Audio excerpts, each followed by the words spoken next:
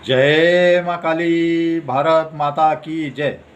भारतवासियों, बहुत बड़ी खुशखबरी आई है, बहुत बड़ी मुंबई करों के लिए, खास करके नवी मुंबई के वासियों के लिए तो बहुत ही ज़्यादा बड़ी है। पहले मुंबई से नवी मुंबई को जोड़ने के लिए जो अटल सेतु बना था, जो 22.5 किलोमीटर लंबा, वैसे ही खुशखबरी आई है। अब नवी मुंबई के एयरपोर्ट की जो उद्घाटन की तारीख है वो नज़दीक आ गई है। महाराष्ट्र के मुख्यमंत्री देवेंद्र फडणवीस साहब ने उसकी घोषणा कर दी है।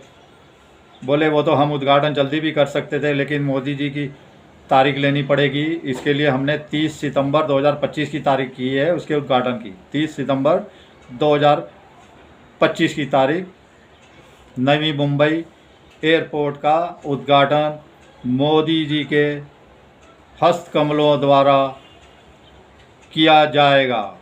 ये भारतवासियों, मेरा तो बहुत खुशी की बात है। मेरा एक घर है वहाँ से नवी मुंबई एयरपोर्ट से 3 किलोमीटर दूर, दूसरा घर है 2 किलोमीटर दूर। तो मेरे लिए तो ये बहुत बड़ी खुशखबरी की बात है।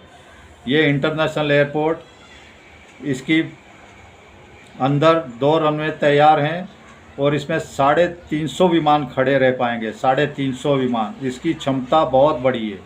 भारतवासियों, ये बहुत बड़ा है और इसके अंदर सारी लाइट का जो है, सोलर पैनल से इसकी लाइट चलने वाली है।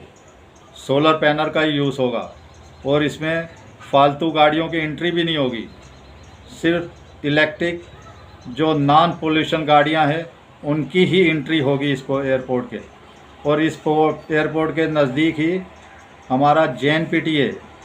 JNPT मुंबई का बहुत पुराना एक बंदरगाह है, जहाँ से बड़े बड़े दुनिया भर के पानी के जहाज जाते हैं। और ये आपको याद दिलाऊं, मुंबई में जब बम विस्फोट हुए थे तो वो जो RDX उतरा था, RDX इसी JNPT के पास आगे उरन नामक गांव है, वहीं पे उन्होंने उतारा था। वहीं से वो RDX मिला था। बाद में बोरे के बोरे समुंदर के अंदर फेंके थे। समुंदर के अंदर से RDX के बोरे निकले थे। भारतवासियों, तो इसी के साथ इंटरनेशनल शिक्षा का भी नवी मुंबई को हब बनाने के लिए देवेंद्र फडणवीस साहब ने ऐलान किया है। आपको पता है, जो टॉप 10 यूनिवर्सिटी है, जो वर्ल्ड की टॉप 10 यूनिवर्सिटी है, उनके में से 5 का तो MOU साइन हो गया देवा भाव के साथ, जो कि बहुत जो दुनिया बाहर पढ़ने जाती थी उनको यहाँ पे फैसिलिटी। अब आने वाले अगले 20 साल नवी मुंबई के लिए बहुत बड़ी और बहुत शानदार ग्रोथ लेके आएंगे। और इसी के साथ एक नई बात है कि मुंबई को पूना से जोड़ने वाली, मुंबई से जो पूना रोड जाती है उसका भी अब रास्ता कम किया जाएगा। बहुत अच्छा, आपको अब जाओगे, जैसे खंडाला आता था घाट, तो उसमें आपको लोनावाला आता था, तो इसके चक्कर में पहाड़ी पे चढ़ना पड़ता था। अब बताया जा रहा है देवा भाव जो उसको 4-4.5 घंटे का रास्ता था, उसको करके 1 घंटे की कम से कम कमी कर देंगे। 3-3.25 घंटे में आप पूना पहुंच पाओगे। ऐसे रोड को बनाया जा रहा है जिसमें आपको नज़ारों की भी पूरी भरपूर नज़ारे मिलेंगे। बाहर मिलेगी पूना जाओगे तो। ये खुशखबरियाँ हैं भारतवासियों न्यू बॉम्बे के लिए। इसलिए न्यू बॉम्बे के रोड रेट वैसे ही बहुत हाई-फाई हो चुके हैं। इस समय बहुत महंगे घर हो चुके हैं, यहाँ के किराए भी बहुत बढ़ चुके हैं। अब ये एयरपोर्ट का उद्घाटन होते ही और जय जयकार होगी। और इसकी जो 1 करोड़ की चीज़ है, कम से कम 15-20 लाख रुपए का इसमें एकदम छलांग आ जाएगी। भारतवासियों, 15-20 लाख की छलांग आएगी। तो ये एक एयरपोर्ट का उद्घाटन 30 सितंबर 2025 को देवा भाव ने अनाउंस किया है। ये भी बहुत खुशी की बात है। पूना हाईवे का जो रास्ता बंद कम होगा, जल्दी पहुंचेंगे पूना। वो भी बताया जा रहा है 2026 जनवरी तक वो भी शुरू हो जाएगा। तो ये बहुत अच्छी बातें हैं। इसी के साथ ये इंटरनेशनल एयरपोर्ट तो खुशियों की बहार न्यू बॉम्बे वासियों के लेके आएगा, बहुत खुशियाँ ही खुशियाँ लेके आएगा। जो मुंबई जाके फ़्लाइट पकड़नी पड़ती थी अभी यहीं से ये पूरा इंटरनेशनल एयरपोर्ट है। नवी मुंबई हब बनने वाला है पूरे महाराष्ट्र का। ये मैं बता रहा हूँ, पूरे महाराष्ट्र का हब बनने वाला है नवी मुंबई। इसी के साथ दूसरी बात आई है, हमारे अजीत डोभाल साहब मद्रास में बता रहे थे कि जब हमने पाकिस्तान के साथ हमारा 3 दिन का युद्ध छिड़ा तो हमने तो दुनिया भर के सबूत दिए, सैटेलाइट सबूत दिए, एक एक वीडियो फ़ोटो दिखाई, लेकिन पाकिस्तान बोलता ही जा रहा है। ना कोई सबूत दिखाया एक भी, ना कोई बात की, ना कोई बता रहा, एक फ़ोटो तक नहीं दिखाई। बताइए हम क्या करें? अब ये पाकिस्तान का है ऐसा, और हमने इतनी बहादुरी दिखाई, हमारी सेना ने इतनी बहादुरी दिखाई कि हमने पाकिस्तान चीन को दोनों को सबक सिखा दिया।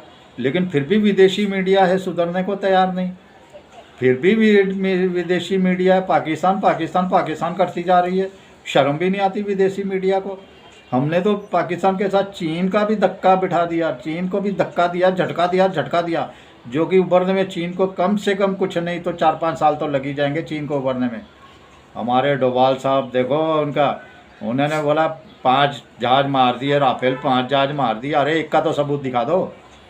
हमने माना है कि एक हमारी तकनीकी खराबी आ गई थी, 12,000 फुट पे वो उड़ रहा था, 12,000 मीटर की ऊंचाई पे उड़ रहा था राफेल, लेकिन उसमें कोई तकनीकी खराबी आ गई थी, इसीलिए उसमें कोई तकनीकी खराबी आई थी, इसीलिए उसमें गड़बड़ हुई।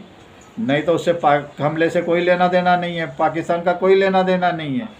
लेकिन हमने एक एक सबूत दिखाया ये, और हमने पाकिस्तान के साथ चाइना को भी सबक सिखाया। चाइना को तो भयंकर ही सबक सिखाया है। आप देख लीजिए चाइना के डिफेंस शेयर कैसे नीचे आ रहे हैं, और भारत के कैसे जय जयकार हो रही है। तो ये डोभाल साहब जूते मारते जा रहे हैं पाकिस्तान चीन को दोनों को। तो भारतवासियों, इसी के साथ डोभाल साहब के कहने के बाद देखो बलूचिस्तान धनाधन पाकिस्तान को मार रहा है, सैनिकों को मार रहा है। हमारे को भारत को मारने की ज़रूरत नहीं। मोदी जी बड़ी तगड़ी गेम खेलते हैं, मैं बता रहा हूँ, बहुत तगड़ी। उसके बाद टीटीपी वाले मार रहे हैं, उधर अफगान मार रहे हैं, टुकड़े टुकड़े करते जा रहे हैं पाकिस्तानी सेना को। और ये जो आसिम मुनीर नामक जिहादी है, ये दल्ला लाशों पे ऐशी कर रहा है, लाशों पे। भारतवासियों, कैसी कौम है ये, कैसी कौम है, जिहादी कौम है। इसी के साथ ये कभी नहीं सुधरने वाले। हमारे तकनीकी खराबी, मैंने पहले भी वीडियो 2 बार बनाया, मैंने बोला तकनीकी खराबी की वजह से गड़बड़ हुई, हमारा जो भी जेट नीचे आया है। तो नहीं माना, लेकिन अब तो सारी दुनिया में बात सामने आ गई है। इसी के साथ दूसरी खुशखबरी एक और आई है भारतवासियों। अजीत डोभाल साहब ने तो पाकिस्तान नंगा किया है, चीन को नंगा किया है, विदेशी मीडिया को नंगा किया है। इसके साथ राज्यसभा के लिए 4 सदस्य नॉमिनेट किए हैं राष्ट्रपति द्रौपदी मुर्मू साहब ने। उनमें से एक का नाम है सदानंद मास्टर साहब। ये सीपीआई से भिड़ते रहे हैं, आरएसएस के मेंबर हैं। सीपीआई ने बहुत अत्याचार उधर करती है, इनके ऊपर भी बहुत अत्याचार डाले थे, लेकिन ये डटे हुए रहे, जो सदानंद मास्टर साहब हैं। उसके बाद दूसरे हैं जो पूर्व राजनायक है, हर्षवर्धन श्रृंगला जी। हर्षवर्धन श्रृंगला जी, आपको पता होगा, मोदी जी ने जो पाकिस्तान की भद पिटवाने के लिए अपनी टीमें भेजी थी बाहर विदेशों में, उनमें ये शामिल थे, हर्षवर्धन श्रृंगला जी। तो ये भी अच्छी है। और तीसरा उज्ज्वल निगम जी। उज्ज्वल निगम जी की तो मैं हमेशा जय जयकार करता रहता हूँ, जय जयकार। कसाब वसाब के पास 1993 के बाद उन्होंने जो आतंकवादियों के खिलाफ केस लड़े थे, भारत की पूरी दुनिया में जय जयकार कराई थी, उनको फांसी के फंदे तक पहुंचाया था इन्होंने। उज्ज्वल निगम जी वही उज्ज्वल निगम जी है, जब सनातन की जय जयकार कराई थी इन्होंने पूरी दुनिया में, जब कसाब को फांसी दिलवाई थी। तो उज्ज्वल निगम जी को भी इन्होंने नॉमिनेट किया। उसके बाद चौथी है जो आखिरी, वो मीनाक्षी जैन जी है। मीनाक्षी जैन जी इतिहास की प्रोफेसर रह चुकी है।